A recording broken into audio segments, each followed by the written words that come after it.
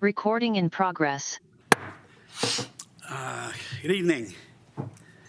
Welcome to the July 22nd, 2025 meeting of the Louisville City Council. Can I get a roll, please?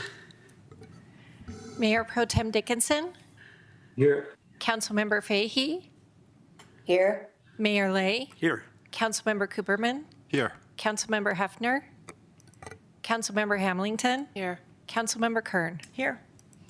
Okay, can we please say the Pledge of Allegiance? Come join me.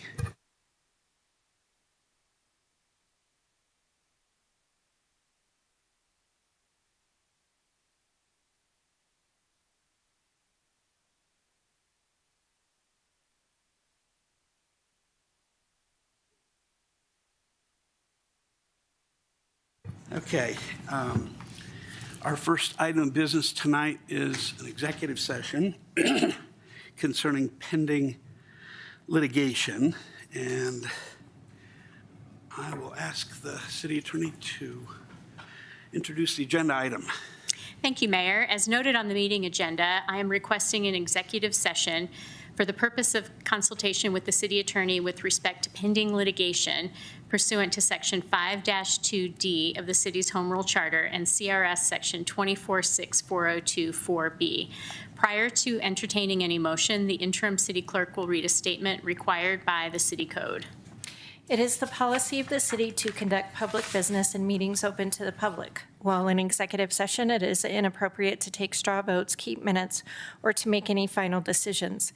It is the duty of each member to ensure that executive sessions are conducted in strict compliance with this ordinance, state and federal law, and any applicable provisions of the state and federal constitutions.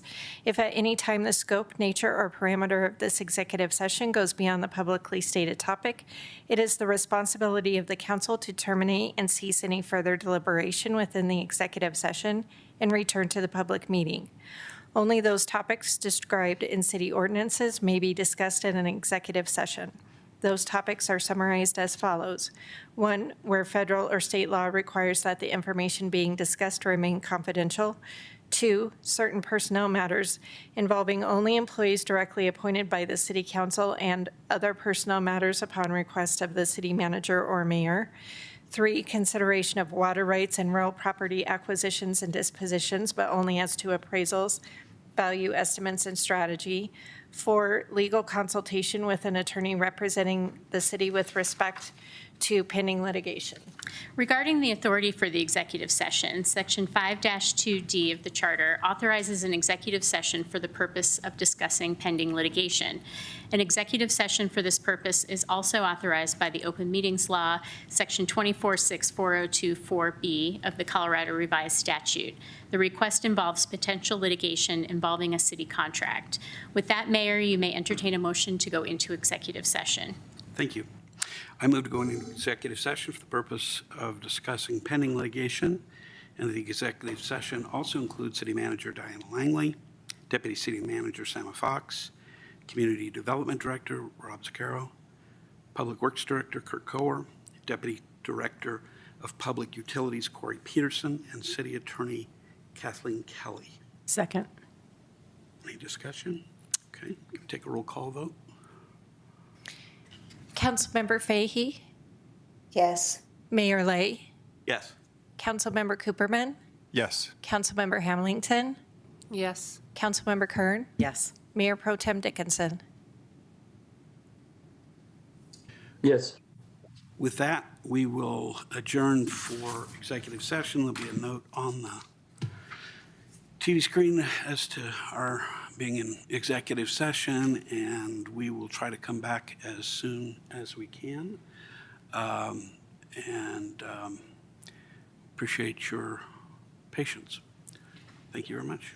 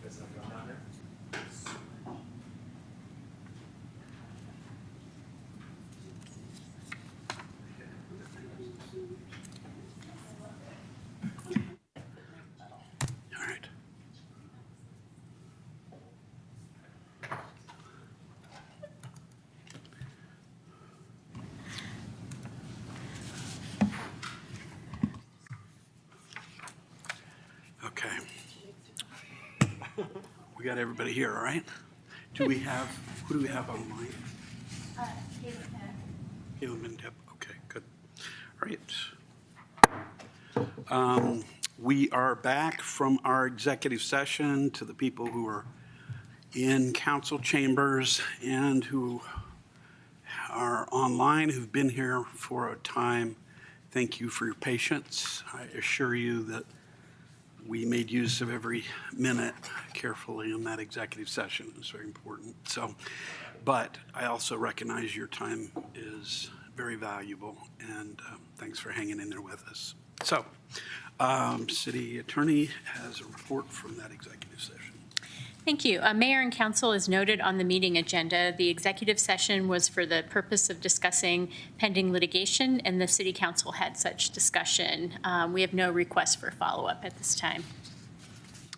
Okay, thank you.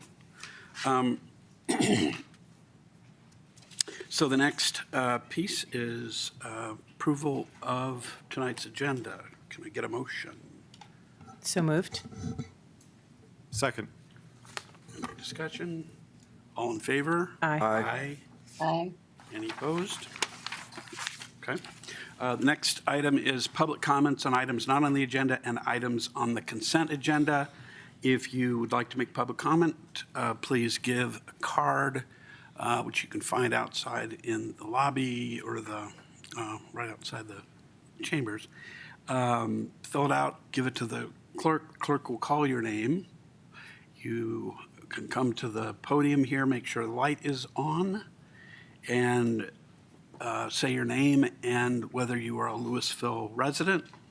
You have 3 minutes to say what you'd like to say. You don't have to speak for the full 3 minutes. If you would like to pool your time with somebody else, as long as you can point to somebody who agrees to do that, one or more, in chambers or online, you can have up to 6 minutes. We obviously don't have to speak that whole time either. I just sort of asked you to refrain from clapping or yelling and stuff like that, just because it's hard enough to make comments in front of people, and we want to encourage people to come forward if they feel they have something to say. So, do we have any public comment?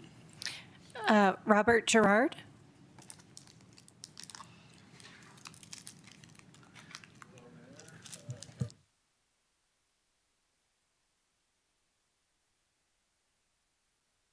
Good? Oh, sorry. You got all that. I'm a writer. I'm from out of town. I just moved here. I want to propose to you a business proposition. We know that arts are the number one creator of revenue, for a city. We know that. We also know that Boulder has just spent $32 million, and the state has matched that with $30 million. So they've spent somewhere in $70 million to attract the Sundance Festival and to bring that revenue, which is estimated several $1 million for the city each year.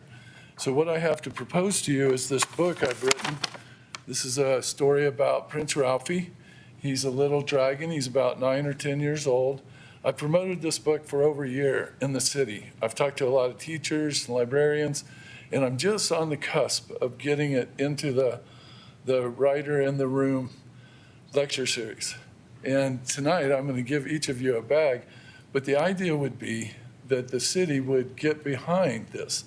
So this book is one of 10 books, 7 of which have already been written. Next one comes out in 2 months. This one, he deals with time. He's a little dragon. He loves words. He carries a dictionary with him. That's the first adventure, dealing with time. The second adventure, he's in Paris, and he works in a bookstore, and he mends books. So he learns read and comprehension. Then he goes on to Monet's Gardens. He goes back to Paris to work in Molière's theater. He goes through a time portal, more or less. It's a children's book. And he ends up in the Medici court. He ends up in Urbino, which is a kingdom in the Tuscan mountains in Italy. And he stops Venice from a civil war. So these 7 books are already written. It's like a 2 or 3 year rollout, so that there's plenty of time for the city to get behind it. I wish you would talk to the teachers and the librarians that I've talked to, and I'll take my last few minutes just to give you the bags, and that's it for me. Thank you. You're welcome. I think you can, well, go ahead. Sorry. Real quick. I already gave you one, but you need the letter. So you can have a better, and I gave you one. Two, and I haven't given you one. Thank you so much. And then I just totally messed up your time situation. I'll get you on this one. Okay. Do we have any more public comment? Okay, thank you very much. The next item is the consent agenda. Do we have a motion? So moved. Second? Any discussion? All in favor? Aye. Any Aye. opposed? Okay. Next is council informational comments and committee reports. Yes. Thank you. So last night, the county commissioners hosted, and I was privileged to attend, a conversation about the different federal actions and their impact on the Latino community in Boulder County, as well as the whole state of Colorado. There were community leaders representing the Latino communities throughout the state. And I really appreciated the opportunity to be there as an elected official, listening with impacted community members to this specific topic. Love to share more with the rest of council, but I just wanted to comment, these are real issues that are happening here at home that I think we all are interested in and concerned about. And I wanted to just publicly say thank you for to the commissioners for taking the time to have a very open conversation about this and giving all of us an opportunity to work together to create solutions for our communities. Thank you. Thank you. Other reports of meetings that folks have had? Yes. Councilmember Dickinson. Yeah, the Louisville Revitalization Commission met last Wednesday, had I thought a great meeting. A lot of the effort right now is being put on the project called Front and Center, Front Street and Main Street of downtown project, mostly funded by LRC bonds and what have you. But just really, really exciting steps in that design, and we have staff working really hard on it and consultants, and then local members of task force, residents and business owners and event managers, all weighing in on different concepts. But yeah, it's a lot of work put in, and a lot of it was presented to LRC last week, and we got to weigh in on it a little bit. It's still early in the process, and the public will continue to get to weigh in on it, and council, of course, we'll get a look at it as it gets farther along. But mostly stage orientation, and curbless streets or not, and bollards and splash park or not, and playground or not, and where the bathroom should be and all stuff. But a really, really exciting, cool project, and some great enhancements to our main street as well. So just an exciting meeting. I thought it was a really productive meeting, and looking forward to the next iteration of the ideas. And then I guess also I'll say that tomorrow night is the Consortium of Cities meeting that we are hosting here in Louisville. So I'll give a report on that the following week. Thanks. Other comments? Yes, Councilmember Cooperman. Thanks. Just start off by saying I had the opportunity to tune in remotely to the meeting that Councilmember Kern was talking about, and it was really great to listen. I thought I'd say a few words about Colorado Communities for Climate Action. Louisville has, for quite a few years, been a member of CC4CA, Colorado Communities for Climate Action, and I serve as our representative to that body. Basically, it's a It's a coalition of now 46 towns, cities, and municipalities throughout Colorado who have basically banded together to push for climate legislation and policy at the state level. And we sort of take a hiatus from meetings over the summer just because there's not too much going on at the state capitol, but those meetings have started up again. So I wanted to take the opportunity just to say a little bit about it and remind people sort of what it's about and what it's like. So basically CC4CA has a small staff. It's really just a few people. And then they have a few part-time lobbyists. And the way that it's structured is that all of the staff and the lobbyists, right, they basically work from the guidance that they're given by these 46 communities. So the way that it's structured is that there's a small executive board, which is elected by the representatives from all 46 municipalities each year. That sort of forms the overarching guidance, but then there is a legislative committee, a policy committee, a small finance committee, and then the board of directors.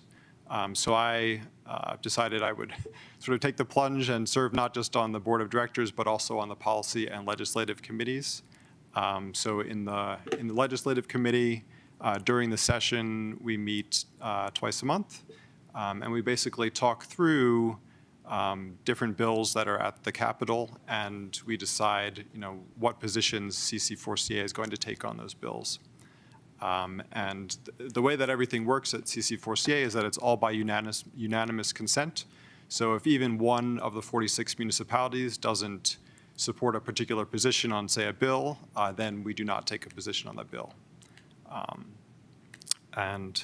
So then on the policy committee, we meet about once a month, and we're basically looking to develop new policy to help guide the staff and lobbyists at CC4CA.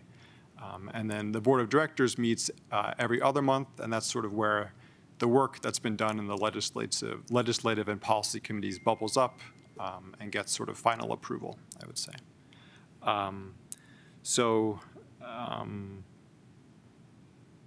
I just wanted to mention this last year, it was, sort of a mixed year, I guess, for CC4CA in terms of the bills that they were supporting or not supporting. In particular, CC4CA was really pushing for a vulnerable road users bill. So basically some way to get funding, more funding, to support people who are walking, who are bicycling, and so forth. This was sort of their top priority, and they were really guiding that bill. Ultimately, they were not successful, at least during this session. The other thing I wanted to mention is that one bill that did go through in the session, and we didn't take any position on it because we didn't have a policy at CC4CA, is designating nuclear energy as a renewable energy source, sort of at a formal level with the state.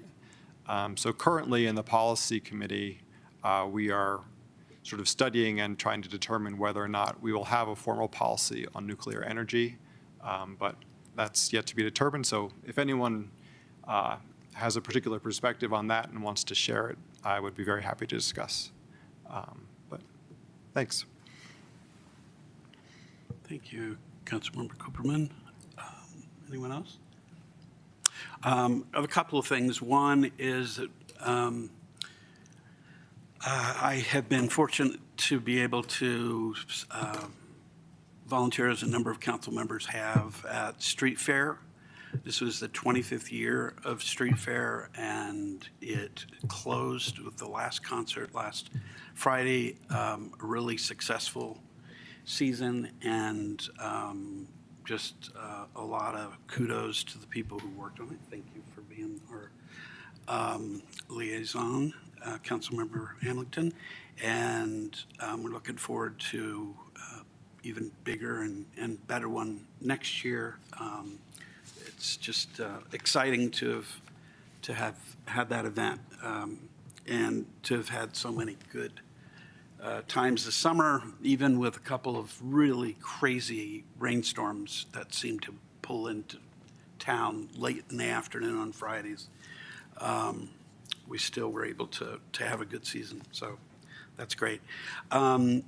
We had a Economic Vitality Committee meeting last week. One of the things that I would mention is that we will have a session upcoming to talk a little bit about something that's on the main agenda next week, which is Director Zaccaro is going to talk about the 2024 Energy Code, and we're going to maybe do a little bit more of a deep dive on that, on economic vitality in one of our future meetings. Finally, I mentioned this in the EVC meeting, but I wanted to mention it to everyone. I got a call I think it was last week, from Governor Polis's point person, Lisa Kaufman, who used to be his chief of staff, now is working her entire time on Front Range Rail. A lot of things going on, as many of you know, but one of the things that's very exciting for us after so many years of paying money into the Fast Tracks proposal, the bond issue, and continuing to pay on that, is that for reasons that have a lot to do with BNSF, they want to have a single point of contact in dealing with Front Range Rail, which means that what used to be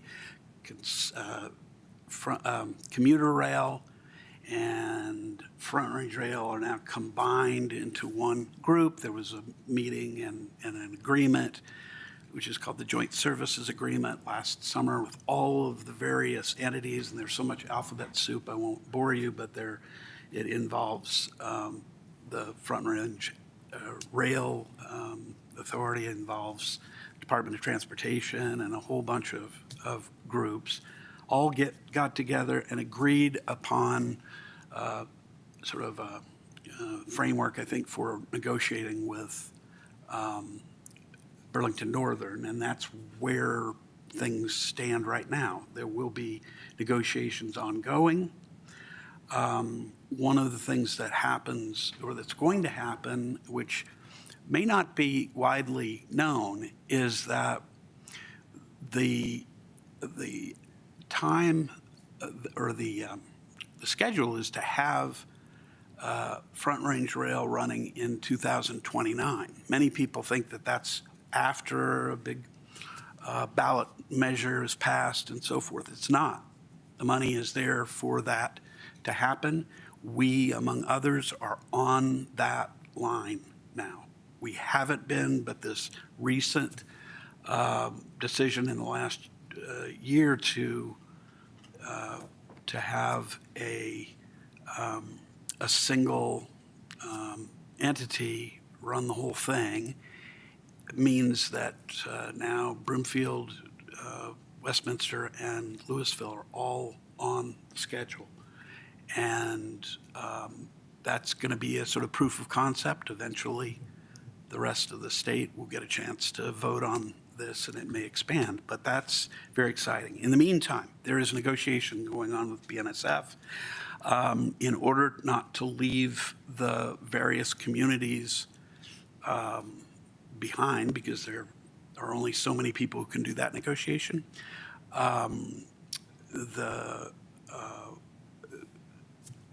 Lisa Kaufman asked me to be a part of a group that is going to have to, I guess, sign non-disclosure agreements, but will get feedback and updates about how those negotiations are going. I haven't seen the NDA yet, but there are going to be two people from various, let's see, who are mayors, one from Loveland and one from here, couple of folks from the legislature, some county commissioners. I'm the only person in that group from this part of the region. So I'm looking forward, hopefully, for participating in that. It's good to have a seat at that table. It's not clear how much feedback we're going to be able to give, but that's the idea anyway, to give feedback to the negotiating team and to follow it. So it's not a big surprise when details about the characteristics of the service, for example, how many trips per day are going to be done, the infrastructure changes that need to be made, and the sort of financing of all of it. So I raised that, and hopefully the council supports that, but we can talk about that at some point soon. But I wanted to let folks know from both council and the public that those plans are moving ahead. And it's really, in my view, the first great news that we've heard about rail in a long time. A lot of promises, a lot of broken promises, a lot of discussions here and there, but it's now finally gelling. So anyway, that's a long description, but I wanted to make sure you understood kind of where things were at.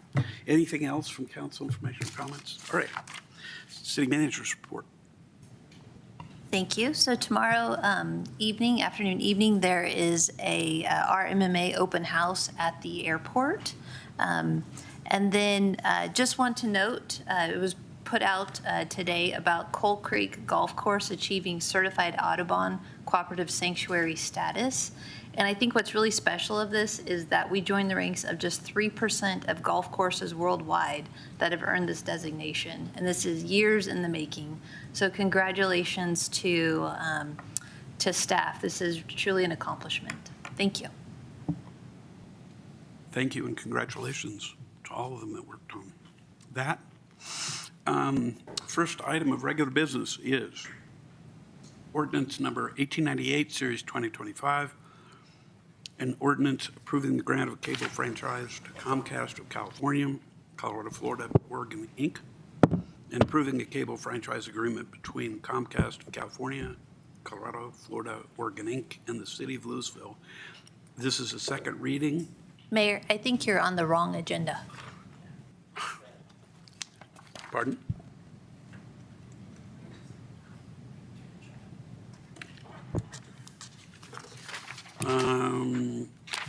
You know what? Yes, sorry about that. All right, let's start that over. First item is sponsorship request, 11th annual Louisville Turkey Trot 5K, and turn it over to the city manager for staff right. presentation. Thank you. Let me put this in presentation mode here.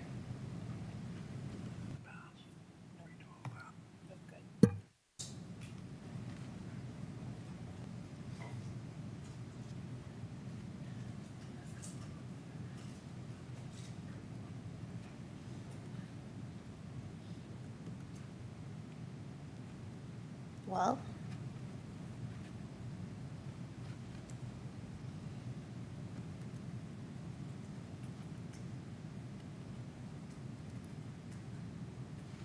okay. All right, thank you for having me here tonight to talk about the Turkey Trot. I would like to acknowledge that we have Luke Gorka here from the Turkey Trot, Inc., so thank you for being here. So the item before you tonight is a potential sponsorship of the 11th annual Turkey Trot. Louisville Turkey Trot, Inc., which is a designated public benefit corporation, so not a nonprofit, but a public benefit corporation, coordinates the annual Louisville Turkey Trot, which of course supports Community Food Share, which is the food bank of Boulder and Broomfield counties. And so tonight I'm requesting direction on sponsorship of the event, and if council wants to sponsor the event, at what amount. So for background, since 2013, Louisville Turkey Trot has raised over $250,000, and tens of thousands of pounds of food in support of Community Food Share. The 2024 Turkey Trot 5K had 10,000 attendees and 294,000 unique views via online advertising campaigns.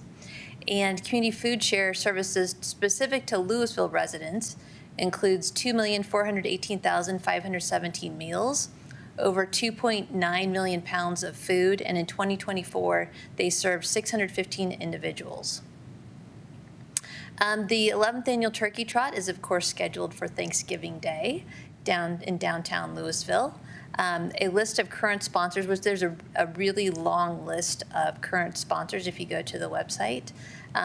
Just in terms of other agencies, I know Superior is sponsoring the event at, I believe, $2,500, and there may be other agencies sponsoring. Sponsorship opportunities range all the way from $25,000 as a top turkey sponsor, all the way down to $350 for a stuffing sponsor. I love the names. And in terms of council work plan and fiscal impact, this does support economic vitality. While on Thanksgiving Day, many of the businesses downtown will be closed, it is bringing a large number of people to downtown Louisville that may decide to visit in the future. There's also a lot of volunteers that help support the event and a lot of local businesses that support the event, whether it's through hot cocoa or maybe beer is my understanding. And so there's a lot to bring people to downtown Louisville that they may come back and explore. In terms of fiscal impact, there's currently not funds programmed in the budget. However, in the economic vitality budget, because of the renegotiating the SBDC contract, there is some savings in that budget that could be applied specifically for this year. Future years would need to be evaluated as part of the budget process or as a separate consideration. Options tonight, alternatives would be you could do the monetary sponsorship or an in-kind sponsorship by waiving the special event permit fee, which is $538. And I know last year they paid $2,128 specifically for police department support during the event. There'd be the potential to waive that as well. That would come out of the police department's budget unless council wanted to do a budget amendment. However, there are significant salary savings within the police department's budget, or another alternative would be to not sponsor the event. So with that, I'm looking for a recommendation as to if council would like to sponsor the 11th annual Turkey Trot, and then if you would, at what amount. Thank you. Thank you, City Manager. Why don't we discuss thoughts about this sponsorship? Mayor Pro Tem. Thank you, Mayor. Yeah, I think this is an amazing event. Me and my family go to it every year. It's awesome, really well attended, and for a good cause. Superior is a sponsor of this event that's in Louisville. It's entirely in Louisville. So I think it makes a ton of sense for us to be sponsors of this event. I would recommend that we either do the 5K for 5K, or that we do 2,500 sponsorship, and then also the two pieces that added up to about 2,500 that City Manager Langley pointed out, the permit fee and the police cost. So I would recommend we get to that $5,000 area. Thanks. One thing I didn't do was to ask if there are any questions first. Yes. Go ahead, Councilmember Hamilton, and then Councilmember Hefner. Thank you, Mr. Mayor. City Manager, you mentioned that there's some budget remaining available in the Economic Vitality Yes, account. Do you have a general idea of how much is there? $10,000. Thank you. That's all. Councilmember Hefner. Yeah, just wondering, you mentioned on the first slide that it's a public benefit corporation, which I think is a for-profit entity. Do you have any from the LouisvilleTurkeyTrot.com website, I sense there is sort of a difficult history there. Do you have any information on that? Luke, would you be able to address that question? Could you come up to this?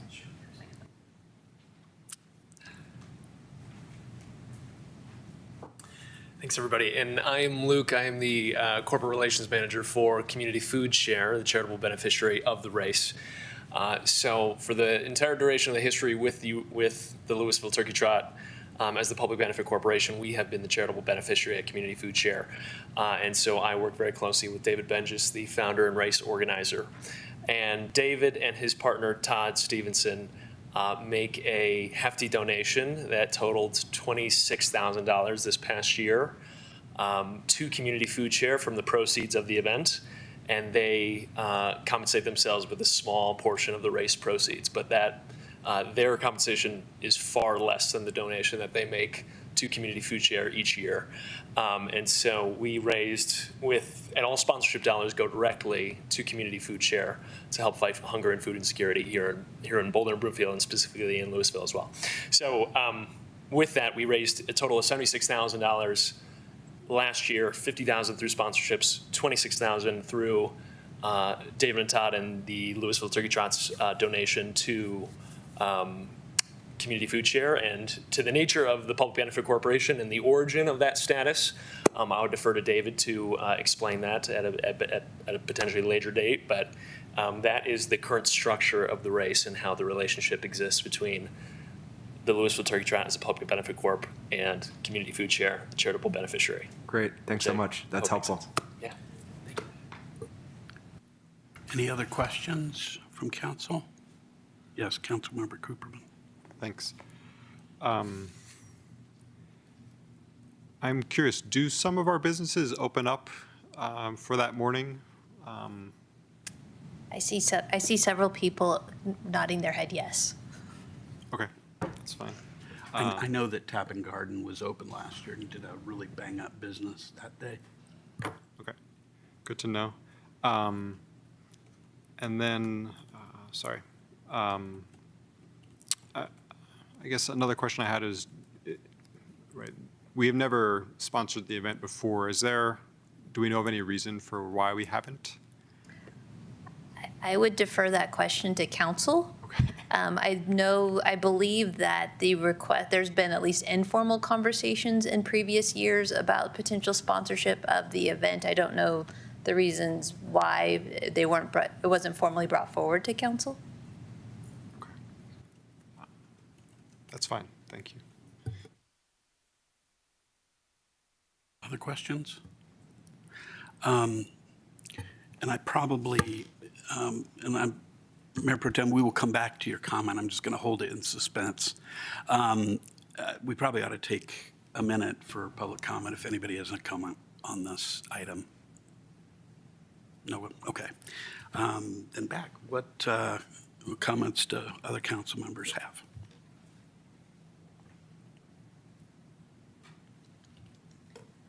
Councilmember Kern. Thank you. So actually maybe this is a question.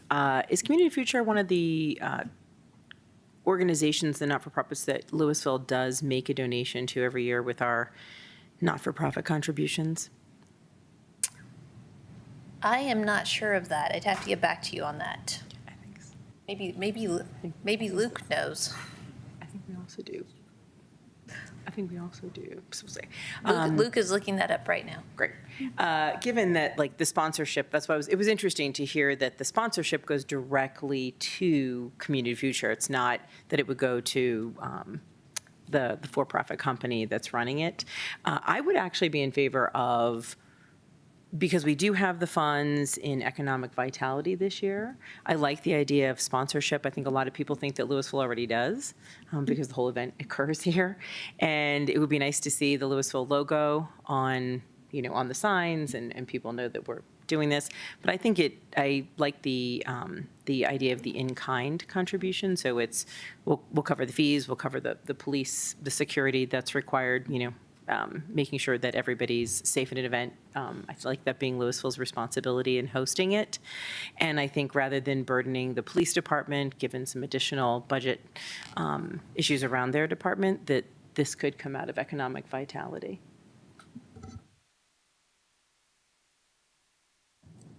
Others? Yes, Councilmember Hamilton. So as far as donations goes, for all the reasons Councilmember Kern mentioned, I think it seems like a great idea for us to participate in this year.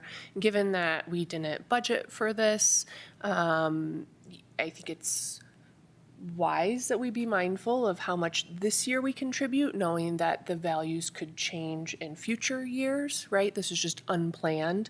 I wouldn't mind matching what Superior is doing just as kind of an initial investment this year, and then we can reevaluate next year. And I don't want to do anything that would impact our police department's budget at this point in time. So that's why I'm favoring using our economic vitality remaining dollars, and I think the $2,500 is good for this year. I'm open to what others have to think as well. Other comments? Yep, I see. I would just Caleb. go on. Yeah, I think to clarify, I think the $2,500 sponsorship can easily come from Economic Vitality, as they have that $10,000 savings, and I think the $2,100 could come from the police department, as what City Manager Langley was saying, is through the unfortunate fact that they have been understaffed, they actually have a lot of money in their current budget. So they're not in a budget tight piece.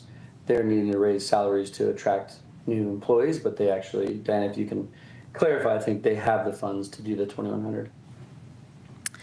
Yes, they currently have quite a few vacancies within the department that will result in pretty significant salary savings.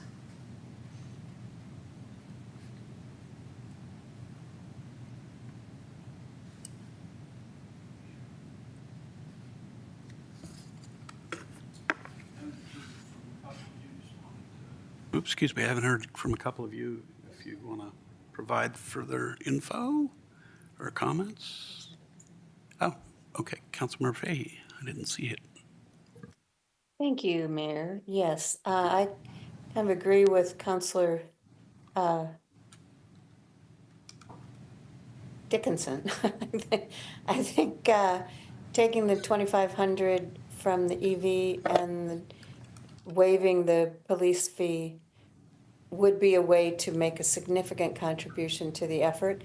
I like the idea of supporting the Turkey Trot. It's been a wonderful event for years and held in Louisville. And supporting the community food share, I think, is very important for the community. So I would go along with his recommendations.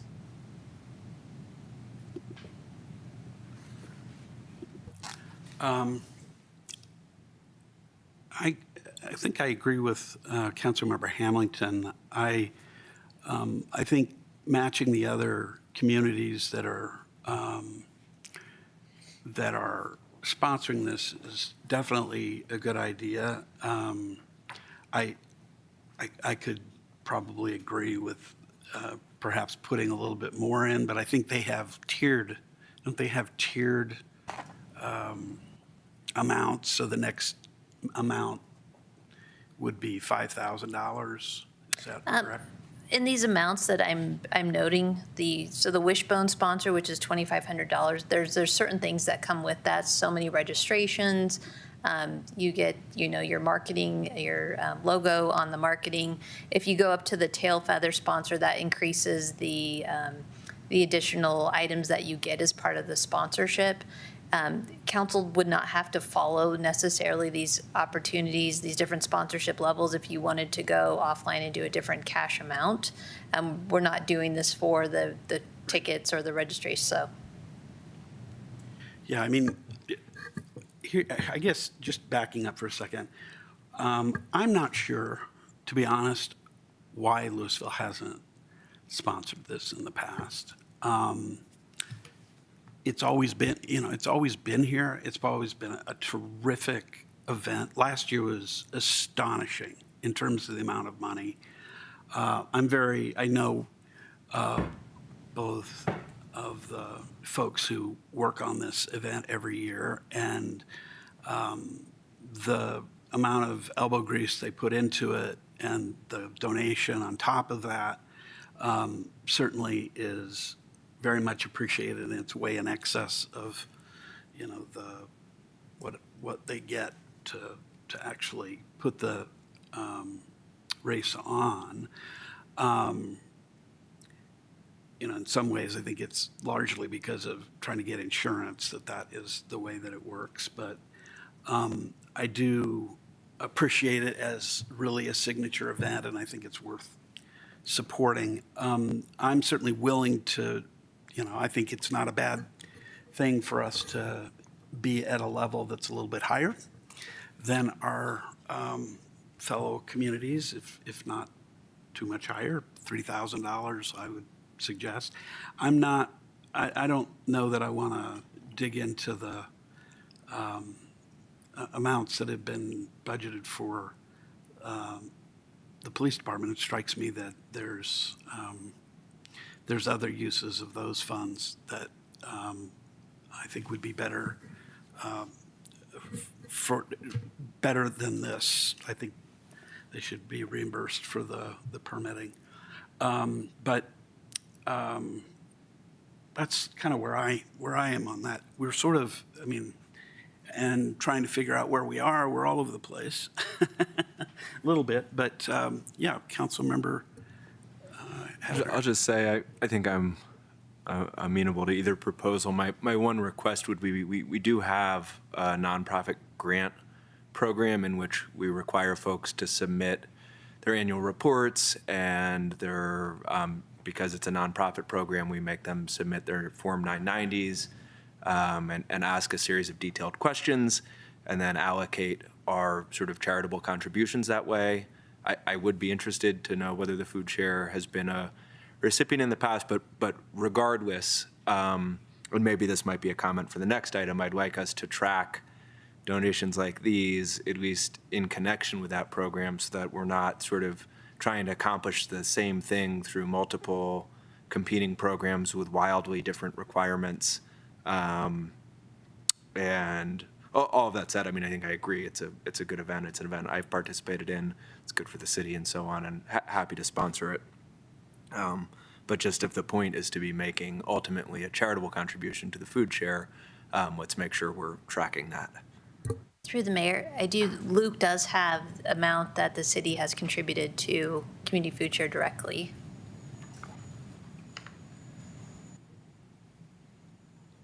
Thank you, City Manager. Yes, through the nonprofit grant program, through the City of Louisville, Community Food Share has received funds this year to the amount of $3,333, and previously at a $2,500 level. And we deeply appreciate the increased commitment through that program this year. And the charitable contribution through the Turkey Trot would come at a time where right now we are facing a new era of reduced federal support, and we are actively trying to navigate this new reality for food banking, where we know that on the demand side, there are going to be many more people coming to our doors in the coming years with SNAP and Medicaid cuts coming down the pike. And we know that we're going to need help on the supply side of getting more food into the system as well. So, and funds are the best way to do that, as $1 donated turns into $7 worth of groceries at Community Food Share. So the increased commitment from the City of Louisville this year is tremendously meaningful, as we are really proud to be active members of the Louisville community, as headquartered in the CTC, and part of this race, partnering with Superior, the town of Superior. We are in conversations with the City of Lafayette right now, and we are trying to make this event as a cross-town collaboration between the two L towns and Superior to broaden the reach and ultimately help serve all of our neighbors in Boulder and Broomfield and maintain the level of service that we have for so many years. So just the consideration and the conversation is incredibly meaningful to us, and we are deeply grateful to continue serving our residents and neighbors here and make sure everyone has access to the food they need. I want to respond to Councilmember Hefner's point, which I understand.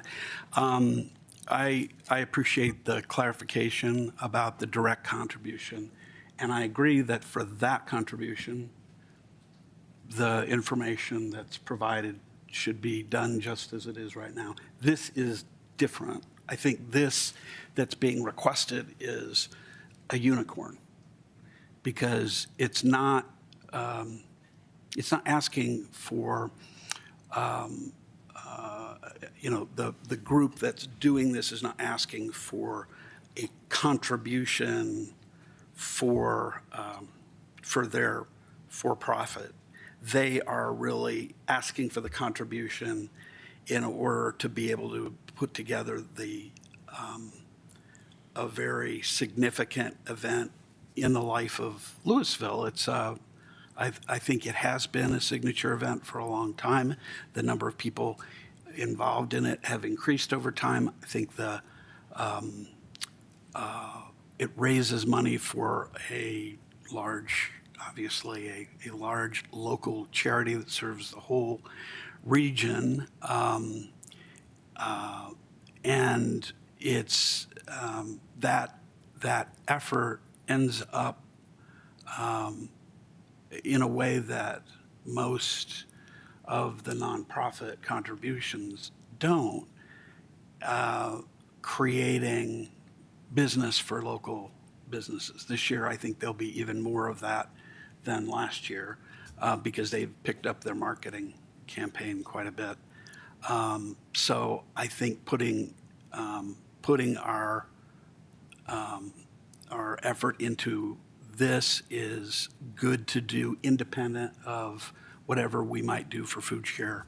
Otherwise, this is kind of a contribution which I think has a multiplier effect, and I think it's a good thing to support. I think the fact that the other communities are supporting it is a great thing, and I think we should be supporting it at least that level, if not more. And I don't think it should go in with the other. I don't think this is the same thing as the other contributions that we're going to be talking about, and sponsorships that we're going to be talking about. So,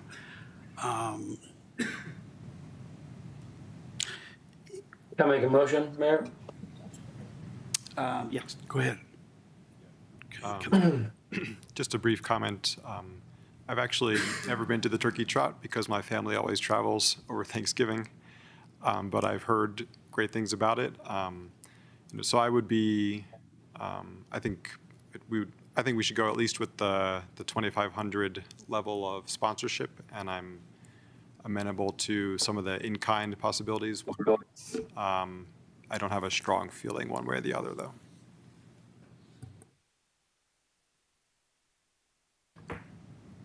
Trying to fashion or reflect a consensus. It sounds like most, not all, are okay with a contribution of $2,500. I've heard that. And potentially some in-kind contribution as well. Not quite sure what the level of that is or whatnot. Yes, Councilmember Hefner. Yeah, I'd move that we make the contribution of $2,500 and waive the special event permit fee. Second, with a friendly amendment that we also waive all of our fees.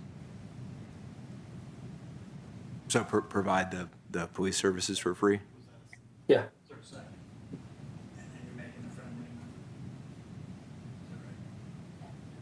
I think I share the view of not doing the police, although I don't feel strongly.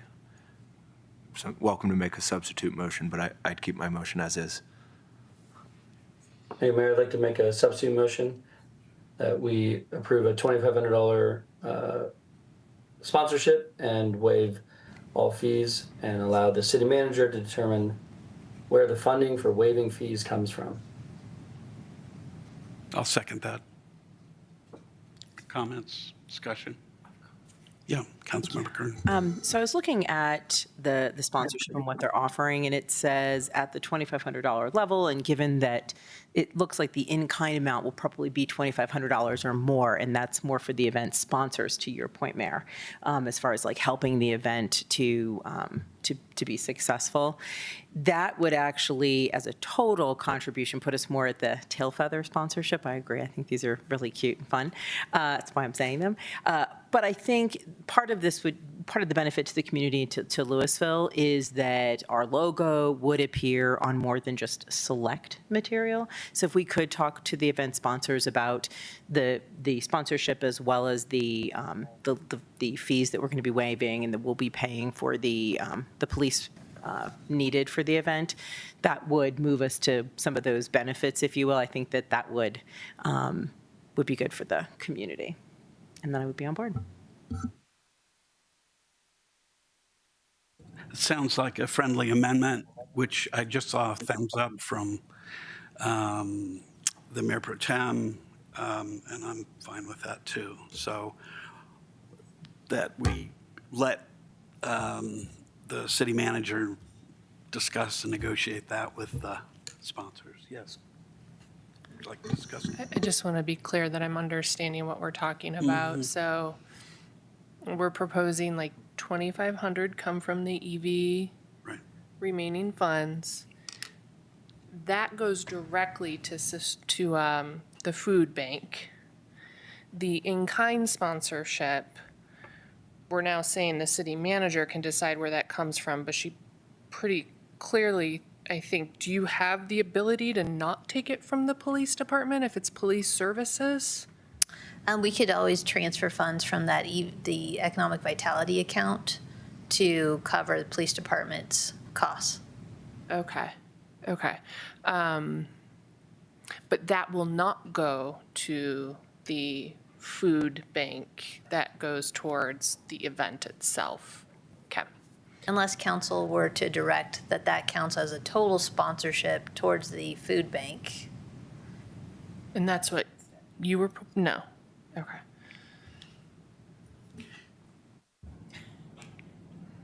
Yeah, it's not, I guess, to clarify that, it's the organization that's running the event that has applied for the permit.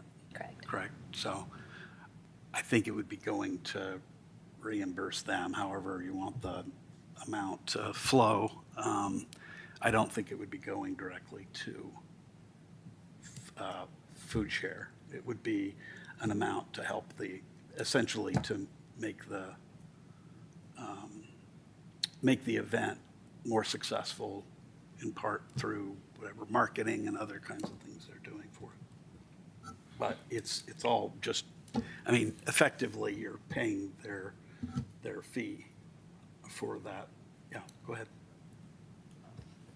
I mean, by paying for their fees, right, they presumably can then maybe give a little bit more to community food share. So indirectly, I think we're probably contributing a little bit more to community food share that way. I very much liked Councilmember Kern's idea about discussing with the organizers about having our logo more prevalent. And I also just wanted to make one little suggestion. I like the motion. Since we do get those entries, if we could offer them to staff, or if the organizer has some way to offer like entries to lower income residents or something like that, I think it'd be great to try to arrange that. Thanks.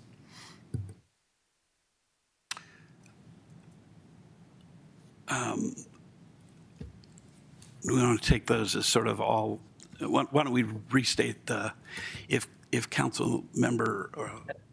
I believe everything else is just execution of staff, but we're just approving a $2,500 sponsorship and waiving our fees. And staff has, I think, gotten plenty of direction on how to do that. Good. Second. Any other conversation? All right. All in favor? Aye. Aye. Aye. Any opposed? Nay. Okay. Next item is resolution number 61, series 2025, a resolution adopting a community event sponsorship policy. And ask for the staff presentation, which looks like the city manager as well. Thank you. So what has prompted us to bring forward this community event sponsorship policy, as noted under the previous item, there are programs for which nonprofits can submit for requests for funds. There are what we call legacy events in which we budget for to help, pay for those events. But we have these kind of what I'll call one-off things that come up where people submit requests to the city requesting sponsorship of the event. And I can give you a specific example would be earlier this year with the Monarch High School graduation parade.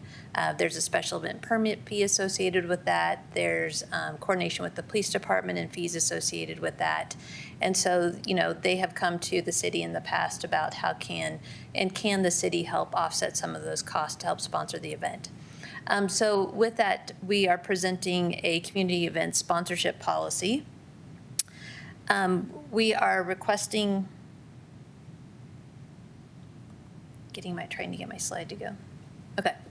So we're seeking council support and adoption of the policy, and then also seeking council direction on in-kind sponsorship and sponsorship amounts. If you recall, in the budget workshop in July, one of the items that we brought forward was including $10,000 in the 2026 supplemental budget. Council has tentatively approved those funds, and so we want to set up this program so that we could start funding events as soon as January of 2026. So the why, this supports council's goals. There's currently not a policy in place, which then leads to uncertainty. Then we're having discussions about how do we bring items before council. It's not as structured. The policy would create the framework and provide applicants a definitive time frame and process to submit requests. And as noted, this policy would not apply to events that the city has a contractual relationship with. So the Parade of Lights, Street Fair, Taste of Louisville, etc. So again, the prior discussions at the budget retreat, council expressed support to set aside $10,000. In addition, at Economic Vitality in July, there was conversation about this policy. There were a lot of questions. There was a lot of follow-up that was requested, so we tried to address a lot of those items that were brought up in the draft policy that's presented to you tonight. And so the policy proposes that for organizations that support local cultural, artistic, and athletic enrichment, create opportunities for connection and bolster Louisville's unique traditions and identity. It could be monetary or in-kind support and or marketing. Surprisingly, we get a lot of requests for folks requesting that we market their events. We place it on our calendar, or we provide information since we reach such a broad portion of the community. Eligibility criteria would include, it needs to provide benefit to residents and promote Louisville, needs to be open to the public. The majority of the event needs to be in Louisville, and there might be a question of what do you mean by the majority of event. The Monarch High School Senior Parade is a prime example of that, where it originates in Louisville, goes into Superior, and then comes back to Louisville, but a good portion of the parade is in Louisville, and then contributing to economic vitality.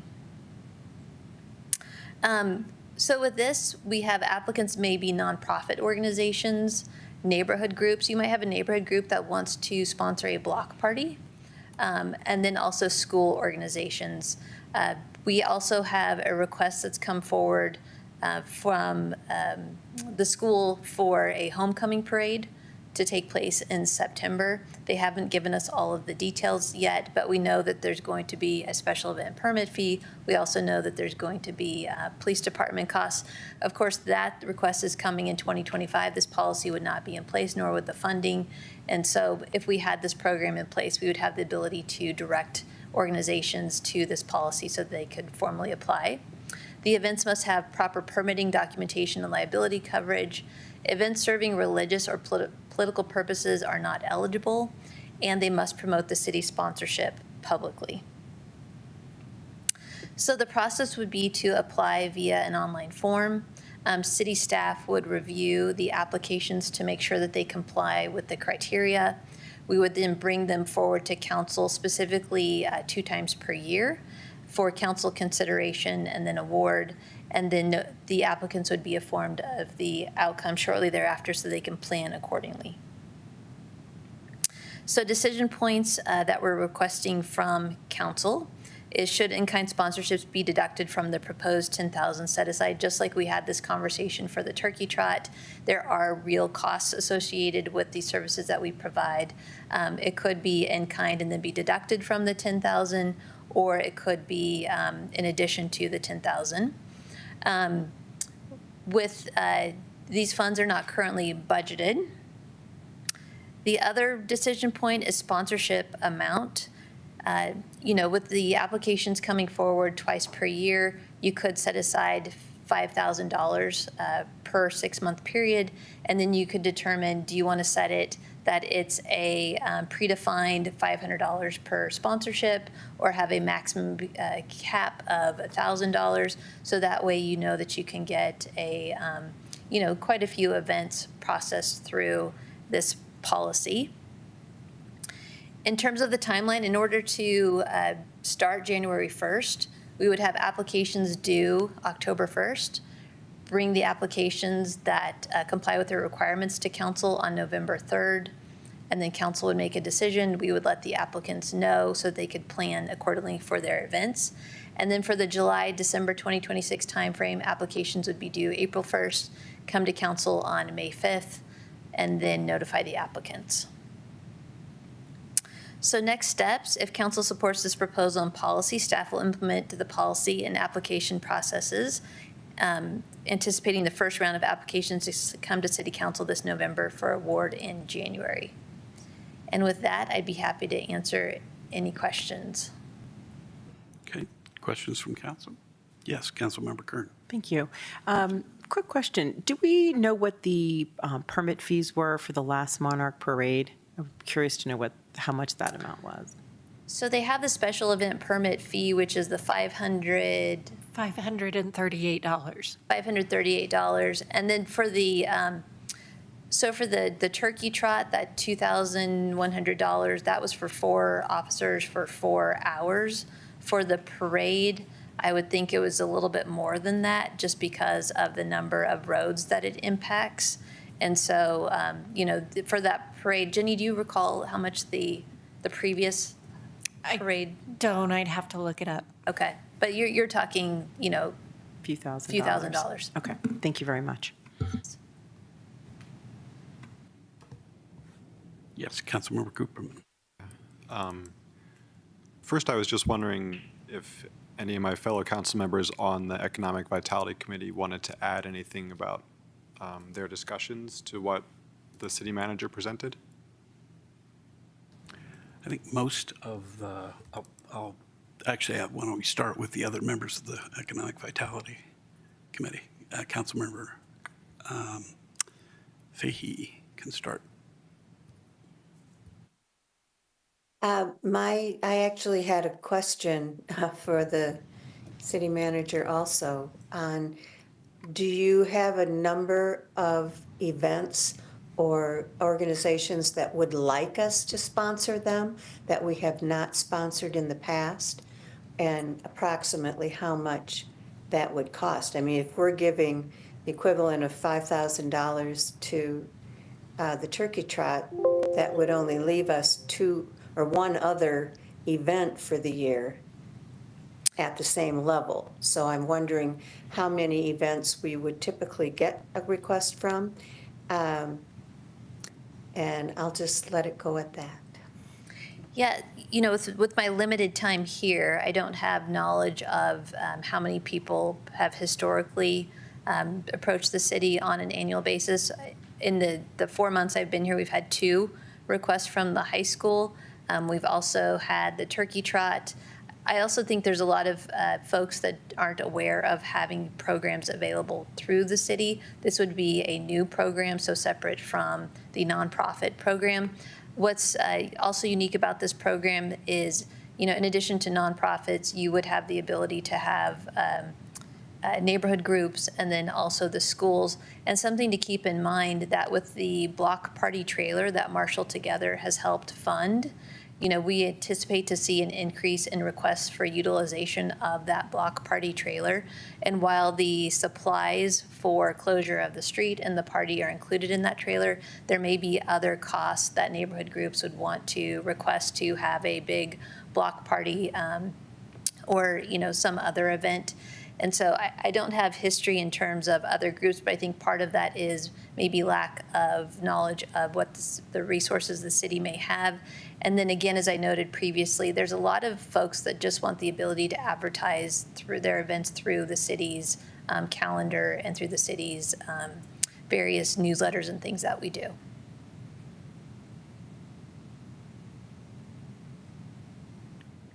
Thank you. I think if that's the case, then we should have some kind of additional guidelines for how you apply, who can apply, what the limit would be per event, that kind of thing. Because if we've only got $10,000, it's not going to go very far. But I'm willing to let them all advertise if it's going to profit the city in any way.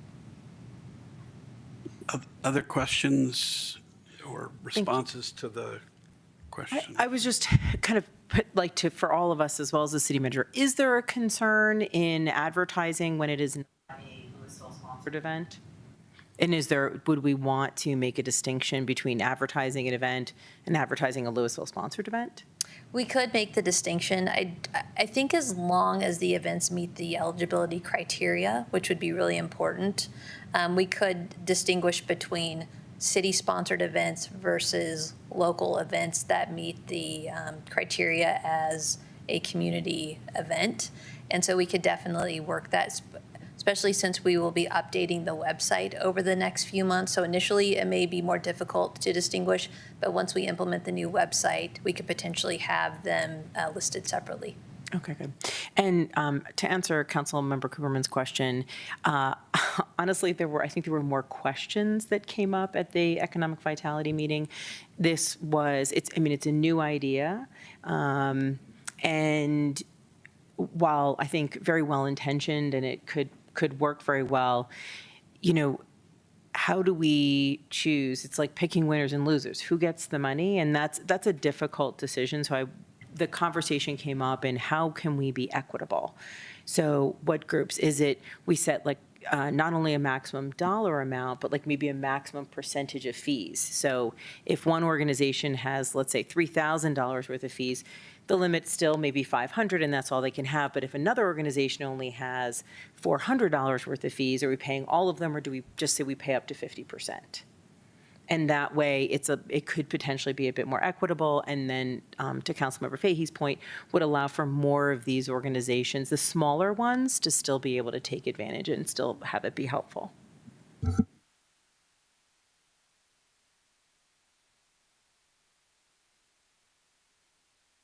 And just to be clear, we're talking about sponsorship of events, not the charitable contributions. I want to make sure that's clear. It may be clear to everybody, but there's a tendency sometimes to get those a little bit muddled. And we'll have to deal with the charitable contributions separately at a different point. But I guess it would echo what Councilmember Kern said about the meeting. I think a lot of what went into the draft policy was reflective of questions that came up during our meeting. So because we didn't have a final version of it, we didn't recommend a particular wording in there. I think we did recommend effectively bringing this up so that you all can wrestle with it a little bit too. So there's that. Other questions? Why don't we take, yes, go ahead, Councilmember Cooperman. Maybe just two questions. A little one is, the money we're thinking about, it'll come from the general fund, is that correct? Correct. Okay. And then have we thought about like a rubric basically for judging applications as a way to make it somewhat more equitable? We have not. If it meets the eligibility criteria, we would bring all applications to council that meet the eligibility criteria. And then depending upon council's direction tonight, that would help inform whether or not it's a max cap, if it's a percentage. But we haven't proposed like a scoring criteria to rank applications. Okay, why don't we take some public comment if we've got any? None? Okay. Let's bring it back to council.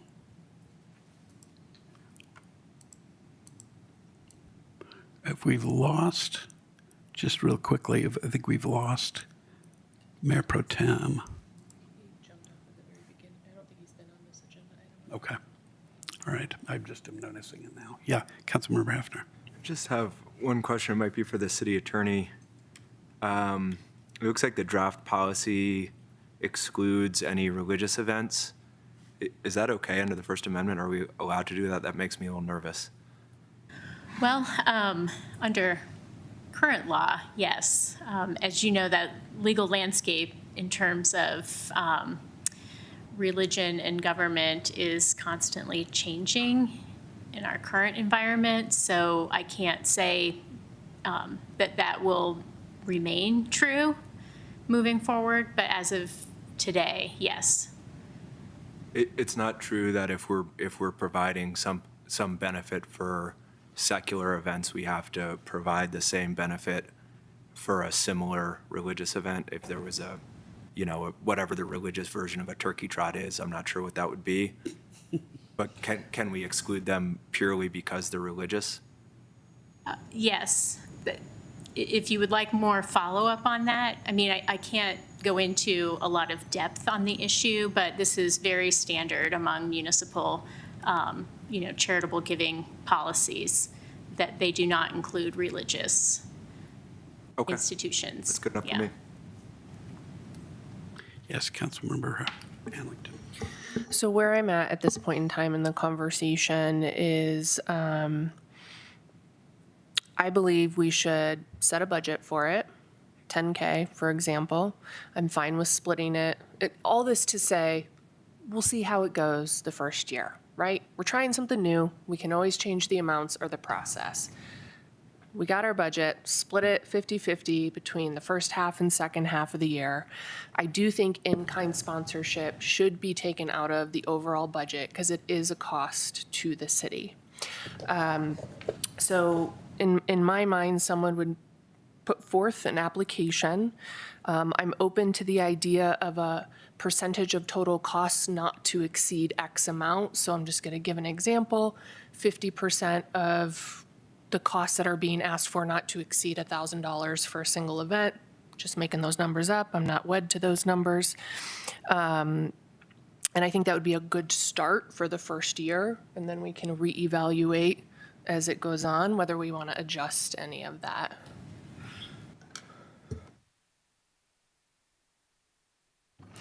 Other comments? Yes, Councilmember Cooperman.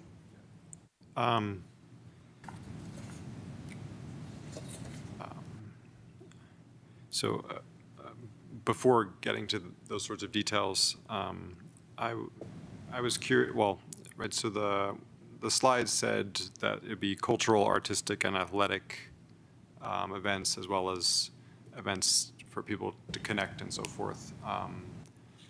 I was sort of wondering why we limit it so much. I mean, so for instance, there is a group in town called Flash, which is Friends of Louisville Arts, Science, and Humanities. And, I don't know, if they, for instance, wanted sponsorship for a scientific event, would they not be able to get that under the current policy as it's written? I believe that they would be eligible under the current policy. Okay. I just want to make sure that, it is that encompassing, because it doesn't call out, for instance, scientific events. Except for theoretical physics. We don't allow that. And then a couple things I was wondering about. So, maybe this was discussed at the EVC meeting. So if we just have those two windows, are we? Your event has to plan ahead a reasonable amount, right, to apply for this money. And I'm just wondering, is that too high of a bar for some events that we would actually want to be able to sponsor, or maybe that's what we try out in the first year and see how it goes. But I am a little bit concerned about that, where that there are events which are not planning ahead so much, they haven't heard about this, and they're we just can't apply for anything from the city. We had a lot of discussion about the frequency that this should be brought forward. And, with the implementation of this, of course, we would be advertising it. There would be about a month-long period for people to submit applications. For individuals or organizations that we've known and have expressed interest in the past, we would reach out to them specifically to let them know about the program. And, from a $10,000, spreading it over 2 different cycles, yes, there will be events that didn't plan in advance and then come to us and we'll say, well, here's your window. With that said, based upon other, the work associated with processing the applications, reviewing them, bringing them to council, we feel, especially starting out, that this is manageable. As Councilmember Hamilton said, let's get through the first year and then we can reassess. If we see that we're missing a lot of organizations or groups, then we could reevaluate and say, okay, maybe we need to do this quarterly. But for now, we would like to start out every 6 months. Okay. And then one other thing I was wondering about, I guess I'm kind of wondering about could there be events where basically whether or not they get sponsorship from the city is kind of the tipping point? So should we somehow try to prioritize events where, getting that sponsorship will let the event go forward, but if they don't get the sponsorship, then the event is not likely to go forward. That could be one of the questions that we put on the application, recognizing that under the current proposal that I heard, 50% up to a max of $1,000. If you do not receive this, does it jeopardize your event moving forward? So we could put that question on the application. Okay. Yeah, great. Thanks very much.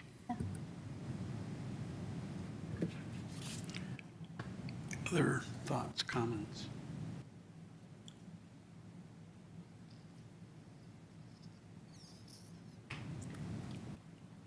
I like Councilmember Hamilton's suggestions myself, and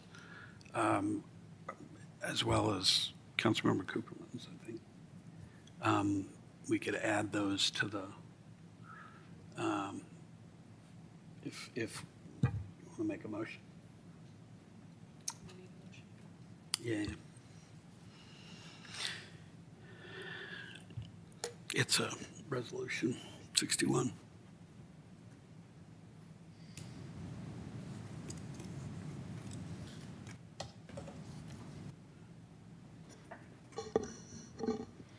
I move to approve resolution number 61, series 2025, a resolution adopting a community event sponsorship policy.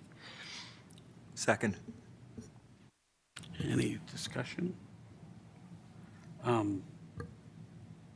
Friendly amendment to include the items that you and Councilmember Cooperman discussed. To include splitting the budgeted amount 50-50 over first half, second half of the year. And those amounts to be distributed to applicants that meet criteria. 50% of the applied amount not to exceed $1,000 for a single event application. And to include the question of, does this put your event at peril if you do not receive the funds requested? Right, and that the in-kind would come out of the budget. And in-kind would come out of the budget amount. Thank you. There's a lot. It was. Nice work. Can we get a second, just to clarify? Second. Second. Okay. Any further comments or questions? Yes, Councilman Cooper. I mean, we had some discussion around whether we could, for maybe events that don't get actual support or monetary support, whether we could have some policy around advertising them. And I think is that in the policy? Sorry. So someone could submit an application that's based requesting marketing. And so that would be coming before you as well as to whether or not that event, the city should support marketing of that event. Okay, great. Yeah, it's in there. All right. All in favor? Aye. Aye. Any opposed? All right, motion passes. Our final, make absolutely sure here, final item is presentation from the Denver Regional Council of Governments, DRCOG, Regional Housing Needs Assessment and Compliance with Senate Bill 24-174. Is there a staff presentation on this? Yes. Get it loaded up.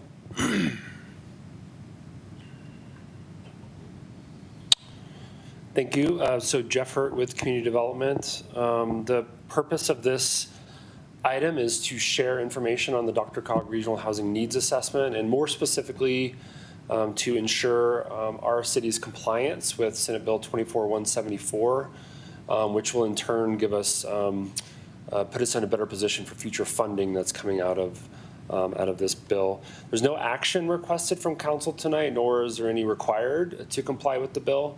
And I'll expand on that a little bit.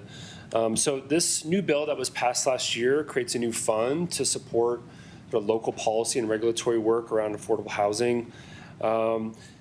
One of the sort of catches from the bill is that it has a very specific requirement for what a compliant housing needs assessment is, mostly around like the data collection methodology. And so the idea behind the bill is that in order to have priority for future funding out of this bill, you have a compliant housing needs assessment. Our needs assessment it's highly likely it is not compliant with the bill. That is not unique to us. That's basically all the cities we've talked to in Boulder County and others have a similar issue. And so happy to get into that a bit. But in general, I think there's a recognition from DRCOG and the state that this is an issue. And so they've created sort of a path, an alternate path toward compliance with the bill in the form of basically this review tonight around DRCOG's Regional Housing Needs Assessment, which does comply with the bill in terms of its data collection methodology. Happy to talk about that more if you'd like. And so the next few slides are about just sharing what the regional HNA kind of says, and when you look at Louisville specifically, sort of within that context, what it says for us as well. So there's links in your packet to the regional HNA if you want to do a deeper dive. But at a high level, the key findings are not surprising. We as a region haven't kept pace with the demand for housing, and low income continues to be the greatest need for additional housing in the Denver metro. Different demographic shifts are necessitating a need for a more diverse range of housing types, less large lot single family, more other types of housing, senior housing for a changing population. And then certainly the market is different across the region. So that's why the HNA did sort of sub-markets within the analysis. It didn't drill down into individual cities, although I'll get into that here in a second. So some of the findings also are that basically as a region, we would need to add about 500,000 new housing units to keep up with the sort of estimated demand or the gap by 2050. And so in order to keep on track with that, about 250,000 new housing units by 2032. And so again, this need was allocated by sub-region. We were actually on the advisory group for the regional housing needs assessment, so we were pretty closely involved with it, as we continue to be with the DRCOG regional housing strategy, which is coming out of this as well. Happy to talk more about that. So one of the kind of cool things about this regional HNA is it created a data dashboard tool where you can, and there's a link to it in your packet, where you can drill down to individual cities and counties and see sort of what our share of that is. It's not in the actual H&A, but we did run that analysis with the tool. The tool basically says we as a city, so within that $250,000 by 2032, we as a city would be quote unquote responsible for about 1,800 new housing units by 2032 for our share of that number. And so that generally tracks with our housing plan that we adopted last year that I'll get into a little bit here. But and you can actually drill down to the need by household income as well. And so their analysis tool, which again tracks with our housing plan, shows that close to 90% of our housing need is for households making less than 120% of area median income. So for a household of 4 in Louisville, that's around $170,000 per year. And then about 60% of those housing units for the lowest income. Again, that sort of tracks with the regional need as well. And so our share, looking at some of our peer cities, this is existing housing units. We have about 9,000 units currently. You could just kind of see how we compare to some of our peer cities in terms of existing number of units. And looking at our share of that, again, 223,000 compared to peer cities. So 1,800 units would be our share, slightly higher than Lafayette and Erie, actually. And there's a whole complex data collection methodology underneath this in terms of job growth and transportation infrastructure. And actually, the same consultant that did our housing plan did the regional housing H&A, which is a good thing. So there's continuity there with their analysis. And when we pulled the numbers from the dashboard, a couple things jumped out as interesting. And we actually are doing better in terms of our renter cost burden households than most of the cities in Boulder County. Still fairly high at 40%, but that's where basically a renter household would pay more than 30% of their income toward housing costs and be cost burdened. So we're a little lower on that, which is good in terms of our peer cities. We have one of the highest percentages of our units as detached single family in the county. Obviously, those tend to be more unaffordable, and we have one of the higher percentages of our units that are owner occupied among peer cities. And so that's it as far as the staff presentation goes. Again, the purpose tonight is to make you aware of the regional H&A, but also ensure that we're reviewing the content with council to comply with the Senate bill and better position us for future grant opportunities. No action, again, requested from council, but there is a process. If you did want to submit more formal comments, either individually or collectively, we could capture those at your direction and forward those to DRCOG, and then they forward them to the state. So, and we have by September 12th. They give us a really narrow window to do this, rather than have to update our housing needs assessment and hire a consultant to do that. So it's a good opportunity for us. So I appreciate your time and happy to answer any questions. Any questions from council members? Councilmember Kern? Thank you. So I do appreciate this, and there's a lot of great work that went into DRCOG, and I think a lot of the mindset behind this was to help a lot of the smaller communities too that didn't have the ability to do their own housing needs assessment. So since we both used EcoWest or Eco Northwest, I thought that the data collection process was the same when they processed that as what they provided for DRCOG's regional housing needs assessment. So I thought that Louisville's was compliant. Do we know what they did differently with the new regional? Like, was it based on just like check marking, like what was in the Senate bill? Yeah, it's really specific. And to my knowledge, the one thing that wasn't done with ours was there's a displacement risk assessment was one of the things that is not in ours. And this is all about timing too, because our housing plan was completed in May of 2024, right at the time of this bill passage.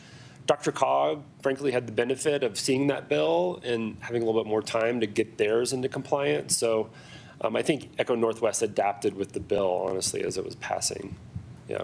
So, and then would maybe the thought be in future years, as we would need to do this, to partner with this, or are we looking at continuing to, since we're participants in DRCOG, it doesn't cost us extra money, correct, to do this, versus hiring our own consultant in the future and spending that money? So would we continue to participate? Is that the plan, or? participate with DRCOG. Yeah, like to utilize the DRCOG housing needs assessment as years move on, or get, a more detailed assessment that may more specifically accurately reflect the housing needs of Louisville versus, a complicated formula on how we compare regionally and therefore what our fair share of new housing is, rather than hiring a consultant who looks at the community, looks at the actual businesses that are here in greater detail and helps guide decisions within the city. Yeah, we'll certainly plan to continue to partner with DRCOG in these types of efforts. They're not gonna do this kind of thing it's probably an every 5-year kind of thing, which I think is similar to us in the sense of like, ideally, we would update our needs assessment every 5 or so years. These are changing so quickly. I think what's good about this approach, and we're thankful for the flexibility, is that if we comply with this bill, we would have better access potentially to these future grant fund opportunities, which is what we would go for to hire a consultant to update our needs assessment in 5 years, if that makes sense. Yeah.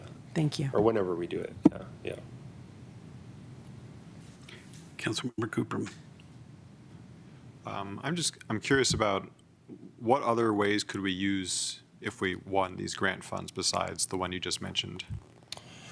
Yeah, to my knowledge, it's focused on policy and regulatory work. So certainly like, with updating our code and things like that. But we can also use it for technical analysis. Like for example, that displacement risk assessment piece is lacking in our, so we could use that funding. That's one example of something we could hire a consultant to do that type of work for us. But it may evolve. The eligibility of these funds may evolve too. I'm not sure. That's kind of a moving target. They issue guidance that kind of ebbs and flows with what's eligible. So, but it's mostly anything under the policy and regulatory work bucket would be eligible. Yeah. Okay, thank you. Okay, any other questions?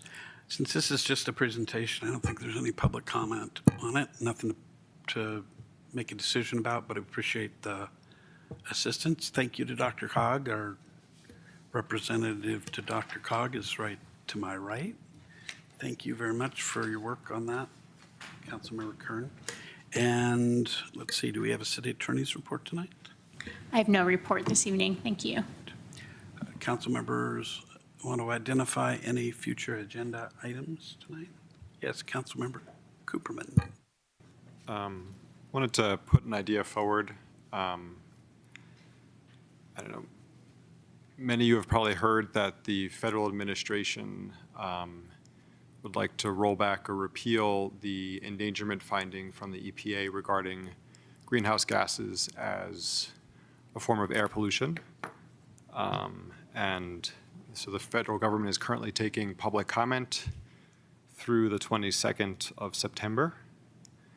And I'm curious if our city council is interested in submitting a public comment not in support of, or in support of retaining the EPA's endangerment finding about greenhouse gases.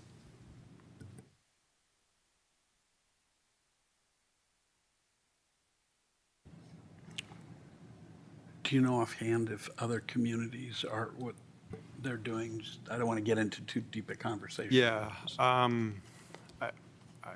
I believe that Boulder County is going to provide written comments. I don't know the exact details. I haven't asked around to other municipalities. Okay. Others on council interested in that? I'd be interested. It would be helpful, I think, if we could find out like exactly what other municipalities are doing and what the most beneficial statement would be that's basically in keeping with our sustainability goals and statements that we've already made. I don't think there's any issue in reiterating that at a larger level. Okay, any other comments? Yes, Councilmember Hefner. Just say I'm happy to have a little bit more conversation. I am hesitant to spend our very limited time and resources getting engaged in national political battles on which we're unlikely to substantially move the needle. I think it's we could spend a lot of time and energy on it without producing much, if any, tangible result for the people of Louisville. Other comments? I think I tend to agree about, again, with respect to putting it on the agenda. You know, that's sort of four votes to at least put something, you know, have a discussion, brief perhaps, about what, if anything, to do in that area, and whether that is putting in public comments or providing support to the county, or however we might do that. So, any other comments? I mean, I think that's probably enough to put it on a future agenda at some point. I don't know that Deb did not raise her hand. So, yes, City Manager. Yes, so the comments, so they're due September 22nd?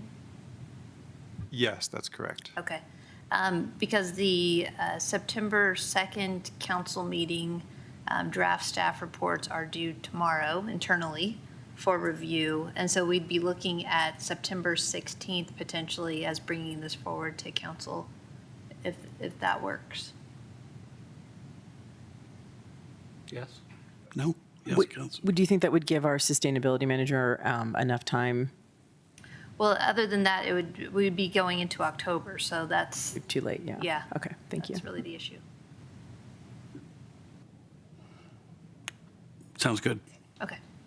All right, any other items for future agenda? All right, do we have motion to adjourn? So moved? Second. All in favor? Aye. Any opposed? Thank you, good night. Lines were still unsafe. Labor disputes grew in intensity, and the strikebreakers, or scabs as they were called, faced daily threats and intimidation from striking miners. So mine operators brought in hired guns from